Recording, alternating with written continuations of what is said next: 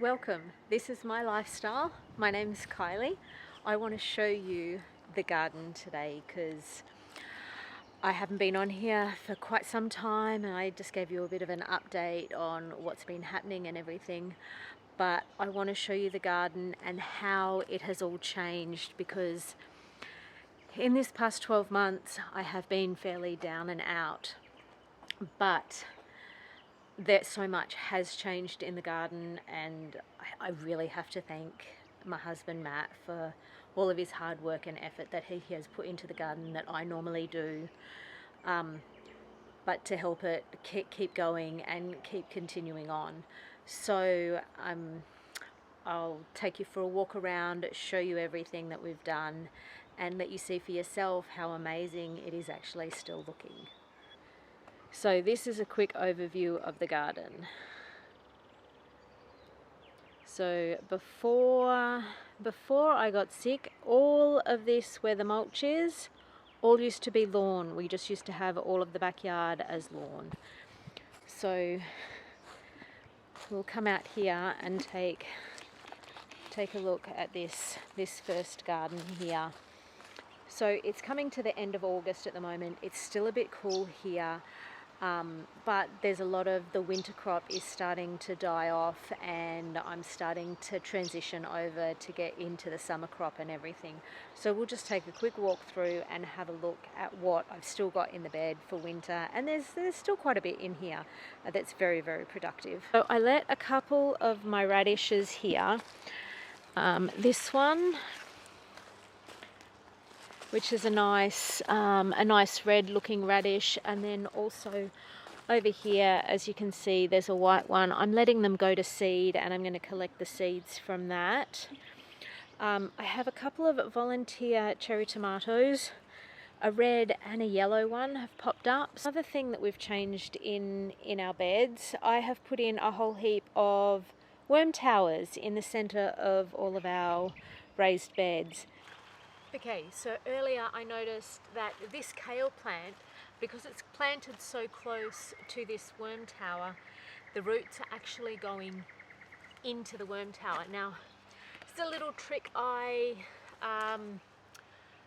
was taught with our aquaponics when roots start going into the center funnel, was just to give it a twist, because that'll break the roots. So I'm going to give it a go here and we'll see what happens in the long run. Hopefully does the same thing. Oh,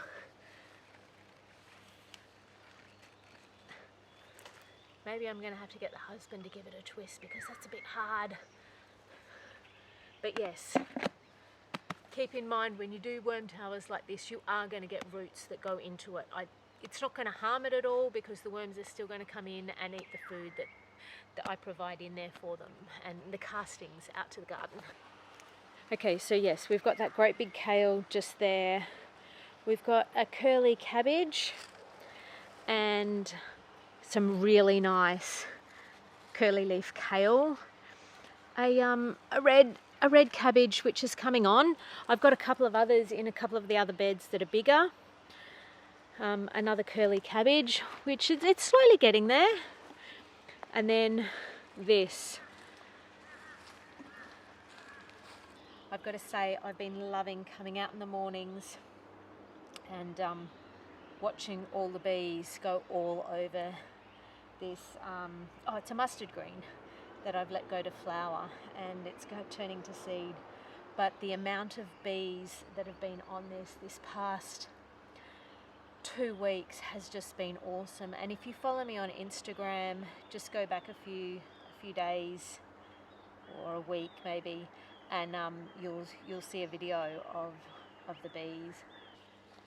And now moving on, this bed just here, I did have a cover over the top of it so that the cabbage moth wouldn't get to all my broccoli, my brassicas, because they tend to really like the brassicas. But it's getting late in the season and my broccolis have all gone to flower. And there's I think it's actually a volunteer. I'm pretty sure I didn't plant this basil in here, but there's a nice basil anyway, and some more beautiful really nice kale. We have been just munching on this, and I've actually got some fermenting inside, and I'm sussing out different flavours and tastes with that. As I move around onto this other side of the bed that I had the cover on with mainly a lot of my brassicas, which ended up being cabbages, broccoli, and kale. I have another beautiful curly leaf kale. I absolutely love the texture of this kale. It is so, I don't know, it's just, and the colour is just amazing, but it's really hard to get bugs and stuff off when they lay their eggs on it. But I've also got, just down here was a whole heap of volunteer plants and weeds. Now I'm pretty sure these ones here are cucumbers that have volunteered from a bit of compost that I've put in. I transplanted a few of them into this bed here, which is the bed next door. So the volunteers were there, and I've just come and brought them over here and planted them up against the trellis. So it's just sheet mesh is what we call it. Some more mustard greens, but this one hasn't gone to seed yet, so that's good. Some lettuce, which I'm sure, because it's coming into summer, it's going to go on bolt soon. And I did originally have sugar snap. These sugar snap were all over this trellis, but the first lot that I've taken out over here was all dying and dead, so I took that out and made room for those cucumbers.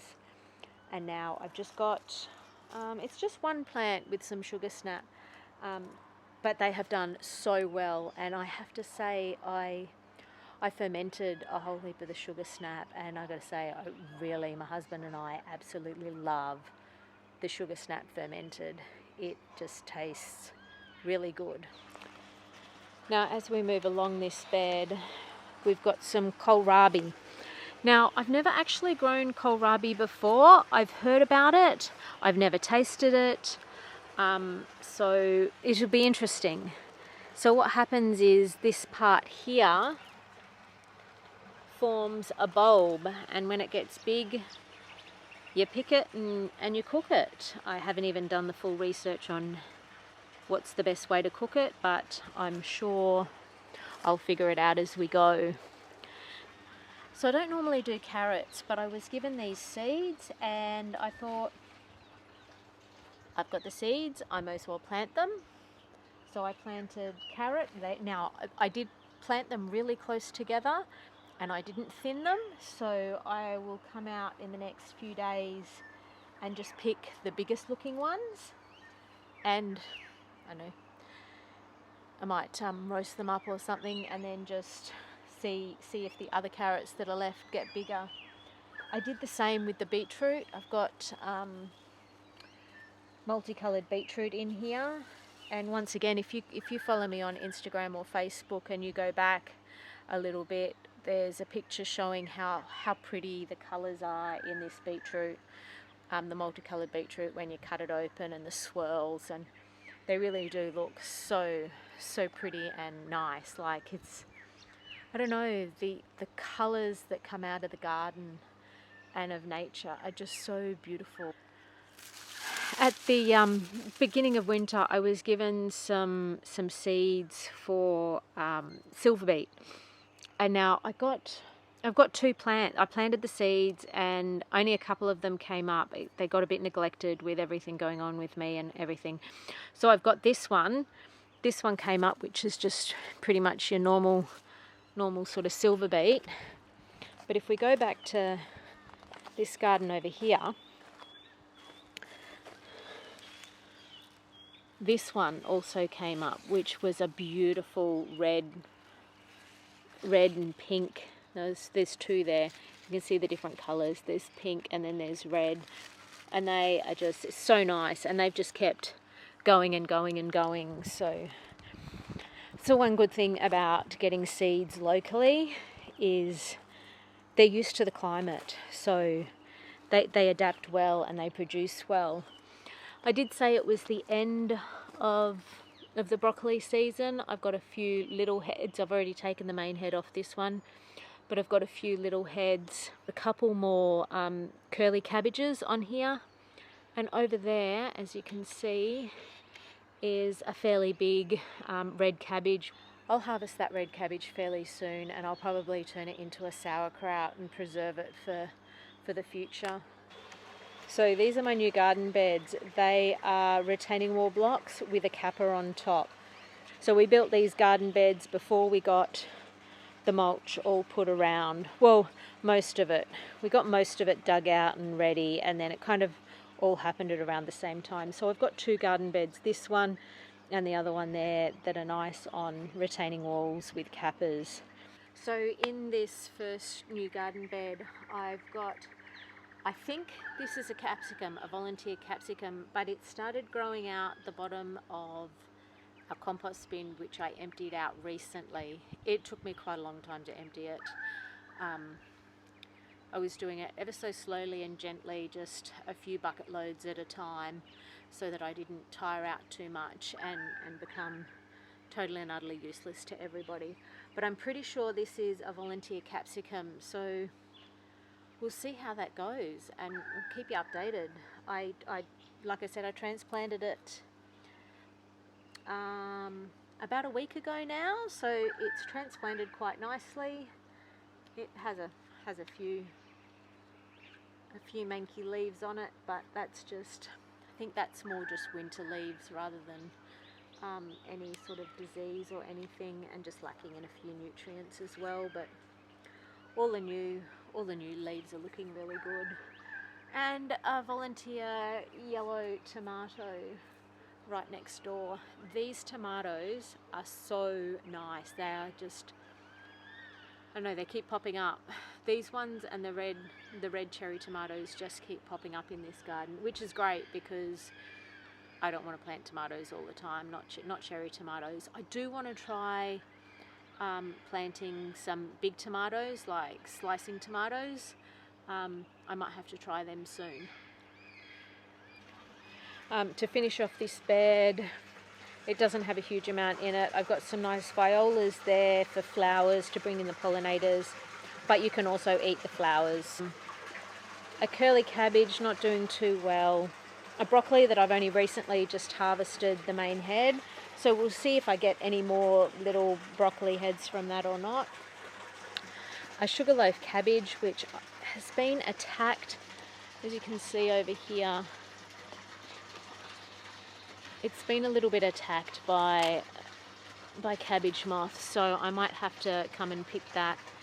And some bok choy. Oh, can you see that? Just on this leaf here. Squish him. Now I squish all of my bugs on the leaves because I've heard that the scent that they give off deters the moths from coming back and relaying.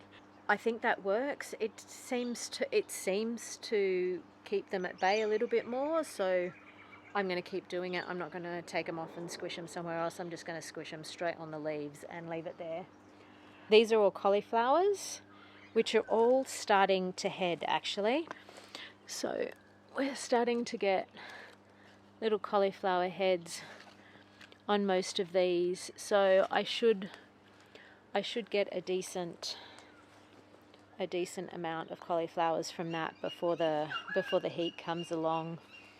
Some more violas, the worm tower, and I was given these little guys as a present. That's a little lady, and back over in this bed is the guy. It was a fun Christmas present one year from a friend of ours. So back to the garden and away from the ornaments. This here is an Asian green. I can't remember what it's called. It starts with an M. I'll pop it up on the screen and let you know what it is. So I got that plant from a friend of mine. She brought it over. It was fully leaves and everything. She had so many in the garden that she just pulled it out from the root. And I chopped all the leaves off and then just replanted. I just replanted the root, and it is cruising along. And I have another one just over here. Just over there is the other one, and they are just doing awesome. I have another curly leaf cabbage, another couple actually. These are cauliflowers, but they're not doing very well. I don't think we will see any heads off those cauliflowers. But I just noticed here,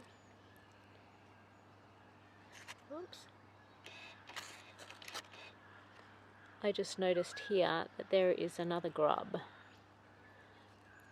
So we'll squish that. I think I'm going to have to come out here and have a squishing session. So moving on, here's that other plant that I got from my friend and cut the leaves off. And what I did with the leaves is I turned it into a ferment. I can't remember what I put with it, but I've got them fermenting a bit like a kimchi. And then in the rest of this bed here, I don't know if you can see, there's like 4 little holes. I have planted zucchini seeds in there, so they were old seeds, so I'm not too sure. I mean, if you don't plant them, you'll never know. So, and you may as well try and get something from it. If it doesn't work, it doesn't work. If they don't pop up, I will just go to the markets and get some actual already plants. Now, me as a gardener, I am not right into knowing exactly what month to plant what and know all of that off the top of my head. What I tend to do is go to the markets and go to the local seedling people, and that's what they do. They plant seeds to sell at the correct time of the year locally. So I go to the markets and I choose my seedlings from there and put it in. I mean, there's some things I know, and then there's other things that just grow all year round. So it's all,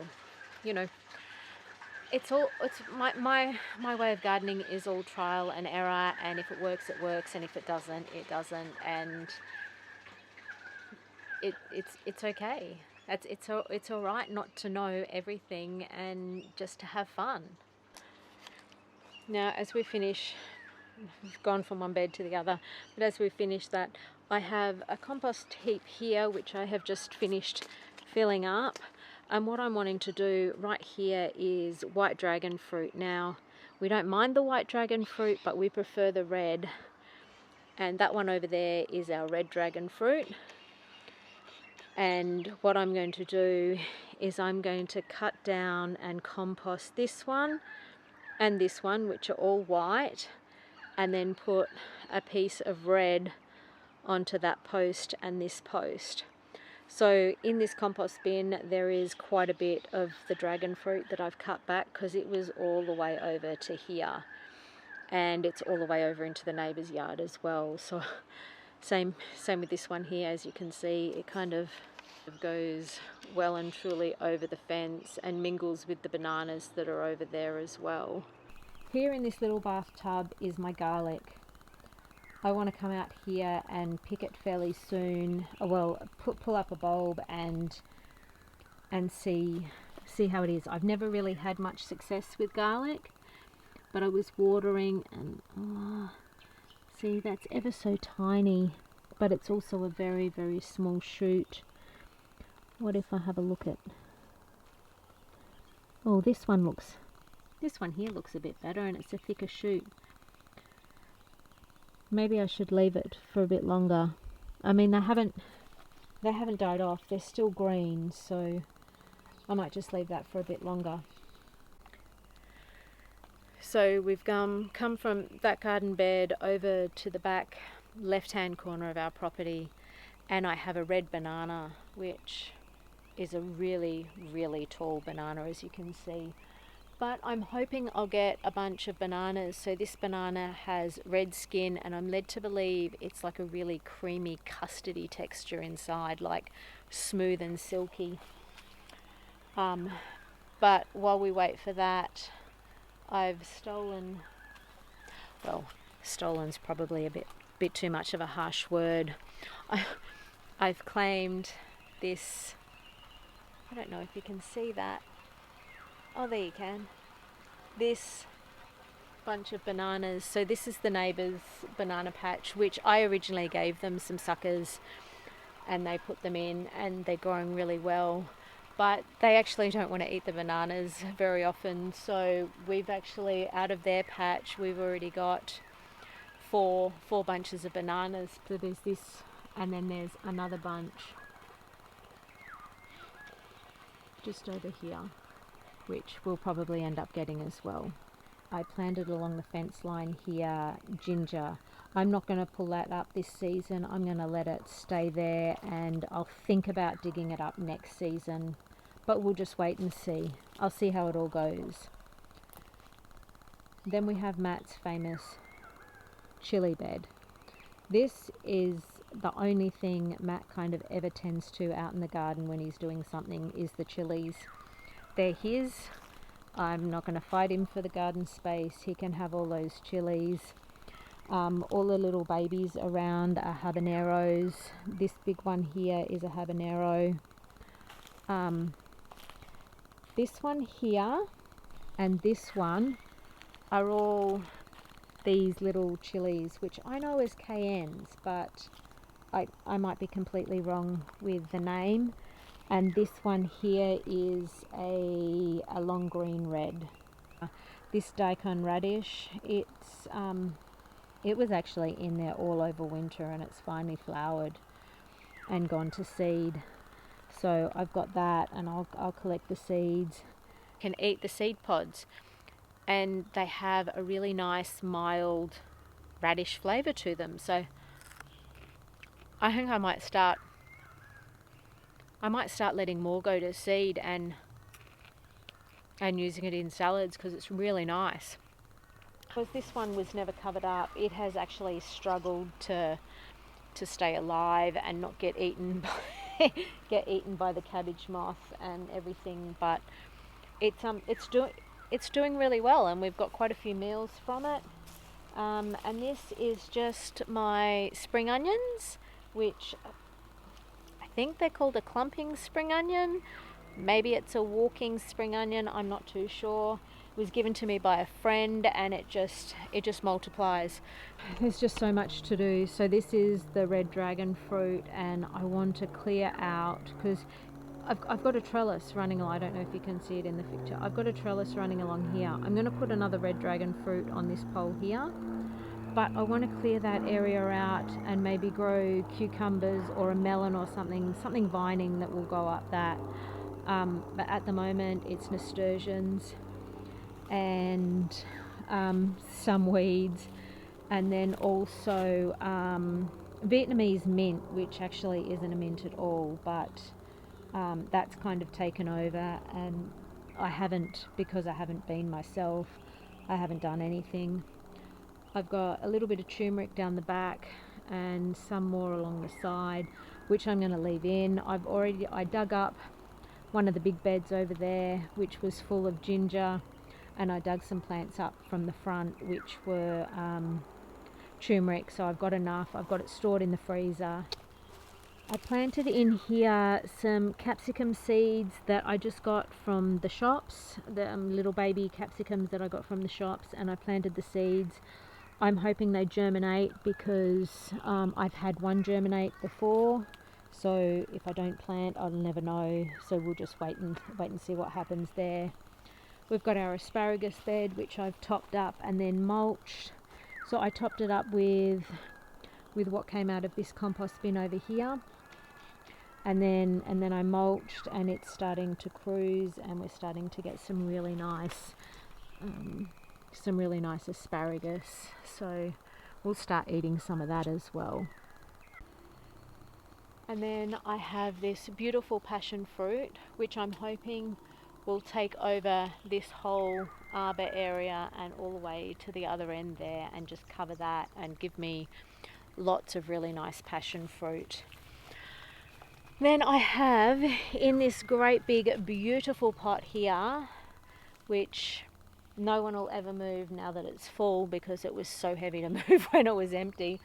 I have a dwarf avocado, and I noticed the other day we've set some fruit. There are bigger fruits on here, but there's so many flowers and we've set some fruit. So fingers crossed we actually get some avocados from this tree this year. So from the avocado tree, if we just turn around, we have a nice little mulberry on the back fence line, and it's got a whole heap of fruit setting on it. Hopefully this year we get more. It was only a new tree last year, so I didn't expect to get too many. And then underneath we've just got it's a spinach.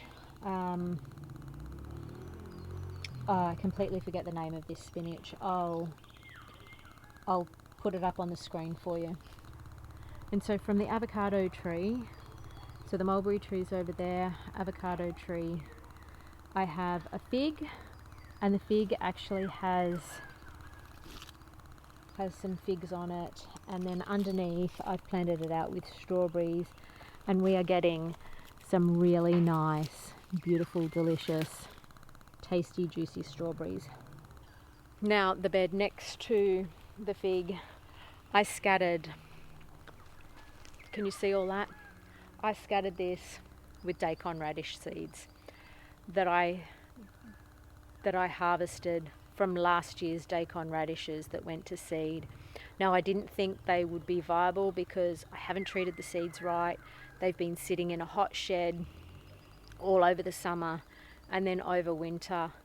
But I thought I'd take a chance on them and just spread them out anyway, because a lot of them were still in their pods, so they were kind of insulated. So I think that's why I got such a great germination rate here of daikon radishes, and they will be roasted and fermented when they come about.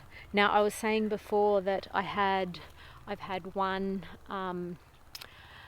baby capsicum that I got from seed, from the store bought. There's lots of capsicums last year, and it's done its job and stayed over winter, and now I'm starting to get flowers on it, so hopefully we get some really good capsicums off that. So that's kind of a quick update on the garden. Out the back, I've still got all of the side, I've got both sides, so I've got all of this retaining wall behind me, and I've got a garden out the other side of the house, and then also the front of the house. But I'm going to have to leave that for another day because that's kind of me for the day. So big hugs until next time. Thanks.